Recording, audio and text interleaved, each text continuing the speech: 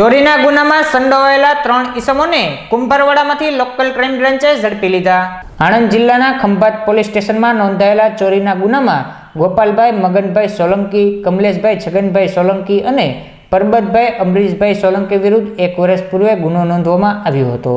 જે ગુના સબબ 1 વર્ષથી 3 આરોપીઓ વોન્ટેડ હતા, જેઓ કુંભારવાડા વિસ્તારમાં હોવાની બાતમી ભાવનગર લોકલ ક્રાઇમ બ્રાન્ચને મળતા 3 તસ્કરોને ઝડપી લઈ કાર્યવાહી હાથ ધરી હતી।